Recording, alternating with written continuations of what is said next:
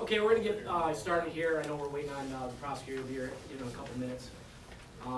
Just to start off, any media, any questions, please hold them off to the very end so we can get through the conference. I want to thank everyone for being here. I'm Lieutenant Mario Bastinelli. I'm the Public Information Officer for the Sterling Heights Police Department. Before we get started into the speakers, I'd like to recognize some of our local leaders. If it wasn't for their support, initiatives like this would never begin or would be successful. So I'd like to start with the Mayor, Michael Taylor, the Mayor Pro Tem, Liz Sorosky, one of our councilwomen, Barb Ziarko, our City Manager, Mark Vanderpool, Sterling Heights Police Chief Dale Dwojkowski, Families Against Narcotics Executive Director, Linda Davis, our City Attorney, Mark Kajubski, and we have two judges in the House. I'm glad that they're here in support, Judge Steve Sorosky and Judge Anne Marie Lepore. Now with that being said, I would like to introduce our first speaker. She'll be going into the program of our initiative of the Comeback Quick Response Team. I'd like to introduce Linda Davis. She's the Executive Director of Families Against Narcotics. This is a really exciting day for Families Against Narcotics, and it's particularly exciting because it is right on the heels of our third anniversary for the Hope Not Handcuff program, which has been incredibly successful, and I'll talk a little bit about that in a few moments. But we had the idea to do this program some years ago. We just did not have the funds to initiate it. And this year we were contacted by the Michigan Department of Health and Human Services, who received some money from the CDC and contacted us about possibly piloting this program. We had talked numerous times before about this program in public forums and how it was so necessary. And so we immediately started working. 2 days after I got that call from the state, I went to the Chief's Luncheon, made an announcement that we were going to start an initiative here in Macomb County, and instantly Sterling Heights stepped to the plate and said, pick us to pilot it. And so we did. That kind of enthusiasm about change is what we're looking for. So let me tell you a little bit about the Comeback Quick Response Team. What's happening is there are so many gaps in treatment.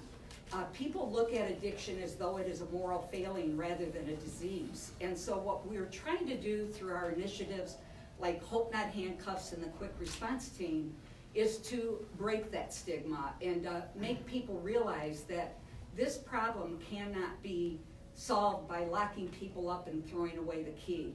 We know that the average person relapses within 72 hours of leaving jail. And that's true whether they've been in jail for 3 weeks, 30 weeks, or 3 years, or 30 years. If we don't treat the addiction, it is just a revolving door that goes around and around and around. So what we do is we look for where can we catch people before they get to jail? Where can we help and divert people so that they aren't wasting our taxpayer dollars by spending useless time in jail when we know that does not work? And how do we divert them and get them help beforehand?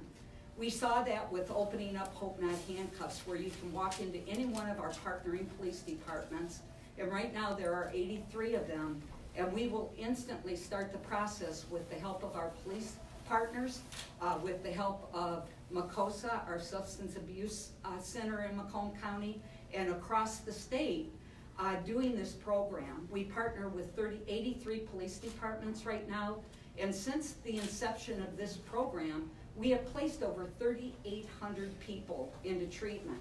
So we know that the police are a vital part of whatever we do in our community to make things work. So we came up with the idea that one of the gaps we're missing is when people overdose. They're taken to the hospital, they're released, or they refuse to go to the hospital, and they're just left there to relapse over and over again. And the police will go out multiple times to the same home.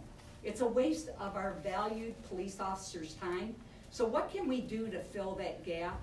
We can go to them. It works very much like Hope Not Handcuffs, but instead of waiting for them to come to us, we take a team of people, a peer recovery coach, a nurse, and a police officer, and we actually leave cards at an overdose saying, we're not going to forget you.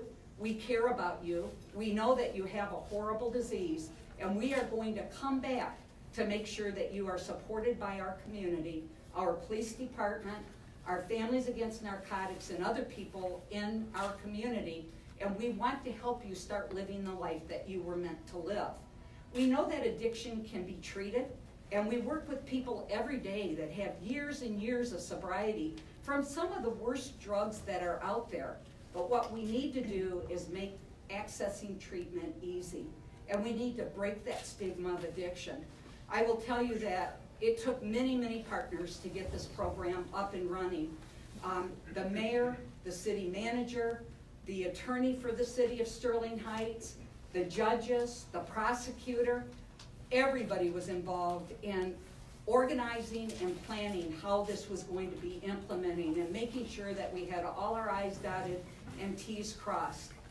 Mario, who doesn't give himself enough credit, is one of the most enthusiastic police officers I've ever had the pleasure of working with. And I want to say that this is the way we should be attacking this epidemic. We shouldn't be saying, why can't we do this program? We should be looking at ways that we can do it. And every step of the way, this team of people were right on board with finding ways over obstacles, through obstacles, and around them. And I'm proud to say that we are hoping that we will be able to help thousands of people eventually in Michigan find access, and a healthy life will be restored to them. Thank you. It is my honor to introduce Chief Dale Wojciechowski. I had to practice that name for a while, so I hope I didn't butcher it. He has been an incredibly progressive chief to work with. From the minute we met, he said, you don't need to spend a lot of time convincing me that we need to do this. We're not doing enough. Tell me how to do it. And I am proud to be partners with him in this program. Their enthusiasm is what's going to drive this program into success. Well, thank you. A couple thank yous right off the bat. Mayor Michael Taylor, Councilwoman Barb Ziarko, and Councilwoman Liz Sarowski for their support. We can only do stuff when we have the funding and the support of our city leaders, and we do.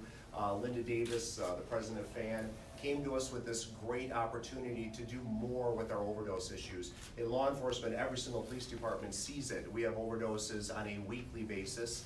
Every single police department in the state of Michigan is dealing with the same thing. We have crimes being committed from people that are addicted to drugs. They need to commit crimes to feed that addiction. Every single officer out there knows it. So the question is, what are you doing about it? Putting them in jail doesn't really solve the problem, as Linda said. When they get out, they end up using drugs again. So I'm painfully aware of this. If you don't get them treatment, they're going to overdose again. They're going to commit crimes again. This is a no-brainer. So when someone overdoses, we're going to send one of our 6 specially trained officers we have in here today, one of our officers out, a nurse, and a peer recovery coach on. We're going to do a door knock, and we're going to say, hey, are you okay? What can we do to help you? And we have support right here. We can get you into treatment today. And I think that's huge. Number one, that someone cares about you, someone's reaching out to get you support, to get you off the drugs. Because if we don't make the house call, they're not calling. The odds are they're not calling. Hope Not Handcuffs has been very successful here in Sterling Heights. We have almost 100 people that have walked through our doors and got treatment for addiction, walked right into the station, up to the front window and said, I need help. And they sit in our lobby, we call one of the angels out, and we get them into treatment. Now we are taking this on the road. Hope Not Handcuffs to your house. And our officers will knock on the door, and hopefully with the idea of getting you into treatment as soon as possible, especially after an overdose situation, because we know you're probably at your lowest moment. So that is step one. Step two is also we're going to concentrate, and this is again Lieutenant Bassinelli working on this program, a lot of work with Linda Davis. The second step in the prosecutor's office as well. This is, I think, a great a secondary phase of this program. If someone is caught with simple possession of narcotics, cocaine, heroin, we normally we see that case out through court. If they get some recovery, some help, that is looked at favorably with the prosecutor's office. And it's all part and parcel of that arrest charge. But now, when you're arrested for simple possession of narcotics, one of our officers is going to make contact with them right here at the station. is there's two low moments in your life when you're a drug addict, is when you almost die from an overdose, or you're arrested and you're getting booked and processed in our jail. So at both of those steps, I'm gonna have one of our officers there saying, hey, you just got arrested for possession of heroin. There is a way out of this. There is help. We can get them here tonight. We can get you into support tonight. And if they do this, they get themselves into treatment. Again, the prosecutor's office is going to look at that and hopefully maybe take that sentence under a deferment and work with that person, because the goal is to get them off of the drugs. Putting them in the county jail doesn't do anything to help with the addiction. So I'm very, very proud of this city, everything the city has done to take steps to make sure that we combat the opiate epidemic. And with that, I turn over to Mayor Michael Taylor. Thank you, Chief. Well, thank you everyone for being here. I want to just also thank the support I have from my team on the City Council, and for Liz and Barb for being here. Thank you, Mark Vanderpool, our City Manager, and City Attorney Mark Kaszubski. When Linda Davis comes to us with an idea, we know that the answer is yes. We just want to give her some time to explain the details, and we like spending time with her, frankly, so we let her go on about the program. But I'm not kidding. We are so incredibly lucky to have Judge Davis in this role working on this important issue for us, because in a city the size of Sterling Heights, we deal with people who are addicted to narcotics, overdosing on opioids, and it happens far too frequently. And so it is probably the single biggest public health crisis facing our city, state, and country right now. And cities have to be forward-thinking, they have to be proactive, and they have to be progressive in how they deal with this. The old way of acting is not working anymore. So when we have the opportunity to be a pilot program and set an example, it doesn't matter what it is, Sterling Heights wants to be on the leading edge. And so this is no different. We're really excited about this program because it to me just makes perfect sense. That you're dealing with people in a compassionate way. You're dealing with people who are struggling. Some people who, for whatever reason, need help. And they found themselves addicted to drugs. They're right on the cusp of dying.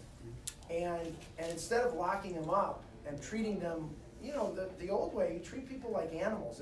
Lock them up in cages and then say, you know, get better. That's not going to work anymore. We know it's not going to work. Lives are at stake. Families are at stake here.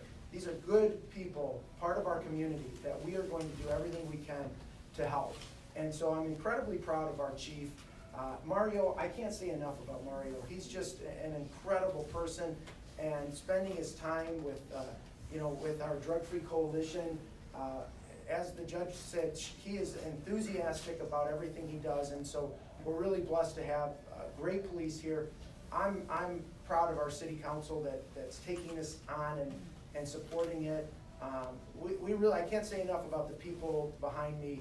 They do incredible work, and as I said, it's about treating people with compassion. It's about finding people who need help and working to get them that help rather than the old way of just locking them up and saying that that's the way we're going to do it. So whatever we as the city can do to support this, we've been here before going after the drug manufacturers.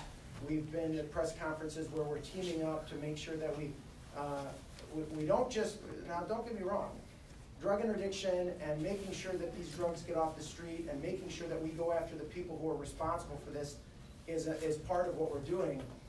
But when it comes to the people who are struggling with addiction, when it comes to the people who it's impacting their lives and their families' lives, we have to do better than just locking them up. So Mario, Linda Davis from FAN, the entire Families Against Narcotics team, Hope Not Handcuffs. I mean, this is just one more issue or one more instance of where we're taking this issue as seriously as possible. It's on the front of our mind. We're going to do everything we can to help people who are struggling with addiction.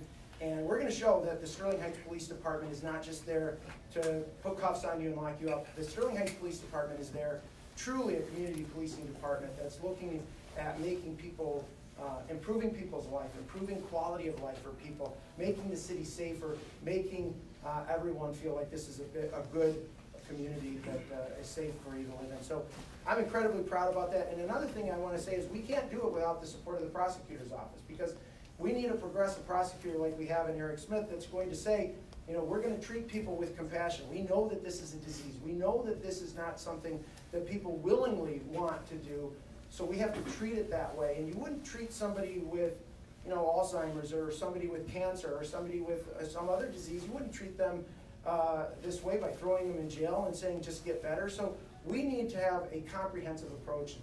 It's our city, it's our police, it's our prosecutor. So I'm really incredibly proud to welcome Prosecutor Eric Smith to talk more about what his office is doing to make sure that they're helping these people as well. Prosecutor. Thanks, Mayor. So I've been in the prosecutor's office for 27 years now. And when I started 27 years ago, Linda was a young prosecutor in there. A couple years after that, Judge Sorosky started. And if someone would have told me then that the three of us would have been standing in front of all of you talking about how we're gonna help addicts, and we're not gonna charge, or we're gonna defer charge of people who are using drugs, along with a chief of police and all these officers, I would have said you're crazy. There is no chance in the world that one tough prosecutor, three tough prosecutors, and a bunch of tough cops 27 years ago were ever gonna say that sort of thing. When I ran 16 years ago, it was all about one tough prosecutor, my conviction rate. Well, the world changes and we have to change with it. When you see in the last 5 years that opioid deaths in Macomb County have more than tripled, we need to do something about that. So when Chief and Linda came to me and we started talking about this, we realized pretty fast that building more prisons and having more people behind bars is not the answer. So when we see something like this that comes forward, an opportunity to get help, to get treatment, and the only thing standing in the way is some old ideas, well, we get past those pretty fast. And we got past them pretty fast in the prosecutor's office. I don't think everyone here realizes how difficult it is for cops to talk about not arresting and for prosecutors to talk about deferrals. Those are things that get people unelected over the years. But here I am standing talking about it, and I'm proud to be talking about it. And I'm proud that I'm the first prosecutor, along with the first police department and FAN, to try this in the state of Michigan. So we're gonna do this, and we're gonna do everything we can to stop putting these people behind bars, stop taking up our jail space, and try and get help. And I'm really happy that Sterling Heights is such a progressive area that we can do this, and I'm proud to be a part of this whole thing. Thank you very much. I'd like to open up now to any questions from the media for any of the speakers. Chief, I'll start with you if you don't mind. Do you have any idea the number of overdoses you've had maybe last year? About 80 is what we've been averaging, so almost 1 to 2 a week. And what we're seeing on our deaths have went up and down, 15 to 20 deaths per year. But some of our overdose calls have actually decreased, and what we think's happened is that people now buy Narcan. Family members, Narcan, the opiate reversal drug, they have it in the house. So someone in the family overdoses, the family member gives them Narcan, brings them back, and they don't call us. 2 years ago, they called us on every overdose because they didn't have the Narcan available. So then all of a sudden, our deaths went up a little bit, but our overdose calls went down. So it didn't make any sense. But now, as we go on these overdose runs, we're starting to realize that everyone has Narcan. They're bringing their loved ones back to life with the drug, but yet the problem is still there being masked. So it is absolutely still a problem.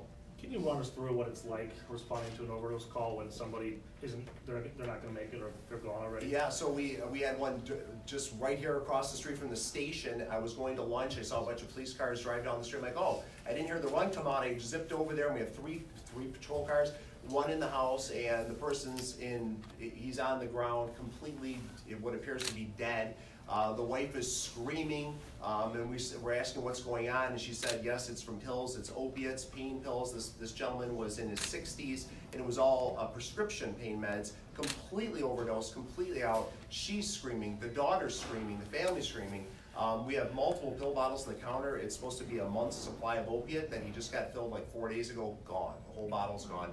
And thank God our officers used 2 doses of Narcan, still no response, so they're doing CPR, 2 doses of Narcan. Our guys are machines in there with the Narcan. Then the fire department shows up with a 3rd dose of Narcan, get this guy in a gurney, get him out into the street, and he sits straight up on the gurney, just pops it, because that's what happens with the Narcan once it kicks in. But if it wasn't for those first responders giving the Narcan right there, then the fire department for a 3rd dose of Narcan, that guy would have been dead. So we're seeing this every single week. And, you know, as someone that was born and raised in Sterling Heights, I never thought I'd see a day where we have multiple overdoses from opiates or heroin, and yet it's here, and it's in every community throughout Michigan and throughout the United States. And so prior to this program, what was being done to try to help instead of? Yeah, to be really honest with you, you overdosed, we took the police report, and that was it. There was no more communication, we didn't have any contact. So now, we're gonna have the overdose, and our officers within 3 days are gonna be door knocking, saying, hey, first step, are you okay? We care about you, and we have treatment and support available right now. We can get you in today. And that's a huge step, that someone's there looking out for you, and we have resources available from you. And that's where FAN comes in, this grant money comes in, our angels, our peer recovery coaches, our nurses, and the officers who are trained to be that compassionate listener. So we're gonna provide that service now, which seems so simple, but yet it's not being done in Michigan. Question for Linda, if you don't mind. I know you're the eternal optimist. I know. How big of a deal is this? It's a huge deal. One of my people that works at my office and I just went to Washington DC for a police officers convention, and we were invited to speak about our Hope Not Handcuffed program because it is the largest program of its kind in the state of Michigan. And we were asked to speak about that program, and people were just shocked what we were able to do with that program. But the missing piece is what happens to those people that feel so stigmatized that they can't walk in and ask for help. There's a role. West Virginia started this program about 5 years ago, and it was amazing the results they've gotten. They were one of the worst cities in the United States for overdose and death. They were able to decrease crime by 50% by starting a program like this, and their overdoses, I believe they said, went down by 70%. Now, that might not be totally accurate, but it's pretty close to accurate with those numbers. And so if it's working in other places of the country, and this isn't a unique program, it's happening other places, it's just not happening here. And so when we hear about programs, we start saying, why can't we do that? And we find a way to do it. And fortunately, we've had a ton of support from the state on our initiatives, who support us every step of the way, and our community partners. I also just I forgot to say this when I was doing my spiel, but not only do we try to help the people that have overdosed, we also try to help their families. We know that addiction is a family disease, and yet families are oftentimes not helped at all. We do have family coaches that work just like peer coaches, will help you nurture your child in a healthy way, and make sure that you are not doing behaviors that help keep them in their addiction. So even if your child doesn't want help, sometimes when the family starts getting healthy, the child or the person that you love with the addiction, they also start getting better. So it's an initiative we've started, and it's catching fire, and we're hoping that families will reach out to us as well, and we'll be leaving that information for them. Are you hoping, do you expect our stats to be as good as West Virginia's? Absolutely. I am the eternal optimist. Yes, absolutely. There is absolutely no reason why we can't make this as successful as what other states are seeing and initiating. It's going to take time. Hope Not Handcuffs took time to build it. But every time we do a press conference like this about Hope Not Handcuffs, people start walking into police departments. And I think the thing that people really need to take away from this is that police officers have really changed the way they do business. And they are here to be part of the solution, not part of the problem. And our prosecutor is doing the same thing, and when we all start working with that same mentality, there is no reason why we can't be successful with this program. So question for Linda or for the chief. So you make that visit at the person's home. What if the response is get lost? We leave Narcan there, and then we also tell them that we're gonna be back in a week or two, and we're gonna check on you again. We give them information, so in the interim between visits, if they decide that, hey, I'm ready for help, they can access the Hope Not Handcuffed program. But we're gonna keep going back until they feel like they're just not gonna leave me alone, I might as well do this. Okay, so we're not gonna give up on people, and that is a key for people with addiction to understand, is that we care and we're not going to give up on you. But if there's family there, do you try to engage them even if the the addict that wants no part of it? Or do you Yes. feel this person said, no, we have to leave? Yes, we will leave information for the family on how they can access help, and we will start that. As soon as they say, yes, I would like to take advantage of it, somebody will call them within an hour. Question for Eric, have you started working on the details of how many strikes, so to speak? We're gonna work with you first, but after your second, third, fourth offense, that's it? Since this is such a new program, we're gonna sort of work together and see what we can come up with. Obviously, the goal at the end of this is to make sure that these people do not go through life with felony convictions because of mistakes that we've made now. So we're gonna do everything we can to avoid that and get them help and get them moving forward. And how that's gonna work exactly, how many strikes, well, we're gonna go forward and sort of put that together as we go. And I think Linda and the chief here and the grant will certainly have a big part of that as well. Do either of you have a number in your mind, at some point, 3 strikes you're out kind of thing? I think that as long as someone is willing to enter treatment, it doesn't matter how many prior possession charges they've had, that's what we're doing this for. That no matter how many priors they have as far as possession charges, as long as they're not violent offenders, I think that we work with them and we try to end that cycle. And so we've just literally started talking to Eric's office about the second phase of this. The first phase will be going to the homes. The second phase, we will carve out what is this gonna look like. We'll involve our drug prosecutor from their office. We'll need approval for everything that we do, obviously, but we have open minds. And so I think if we can break that cycle and somebody is willing to go into treatment and stay into treatment, they have that holding over their head just like drug court does. There's no reason at the end of this to make sure that's not one more felony that gets in the way of them not being able to get a job or be productive in society.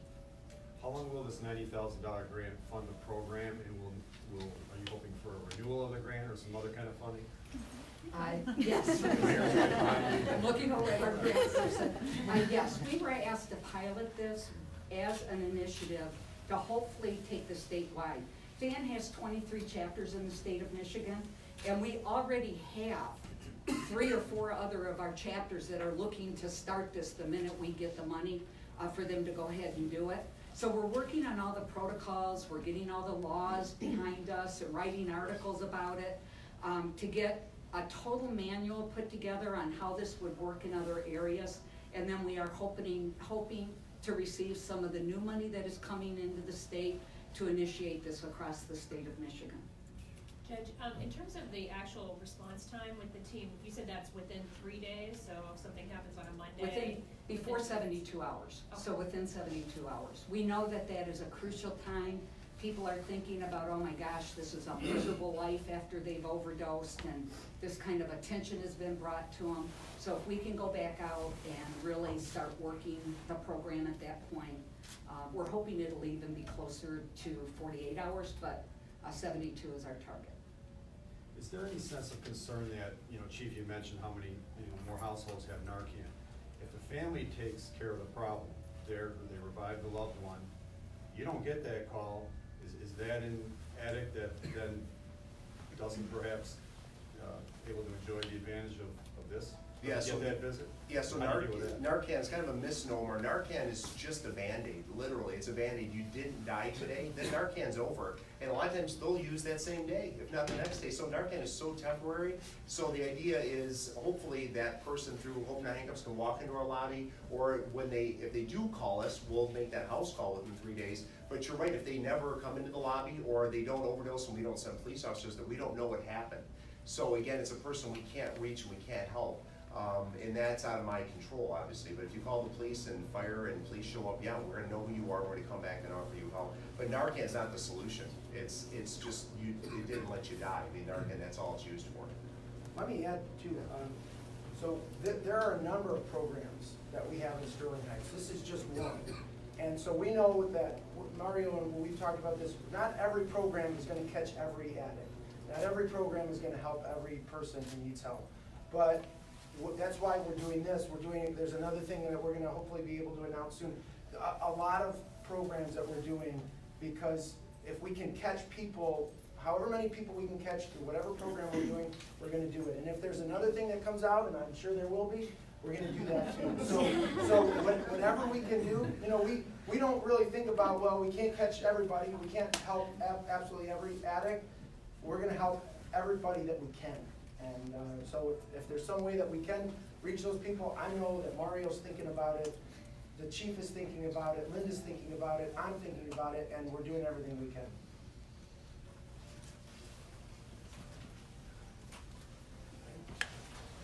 Okay, if there's no more questions, I'd like to thank everyone for coming today, appreciate it. And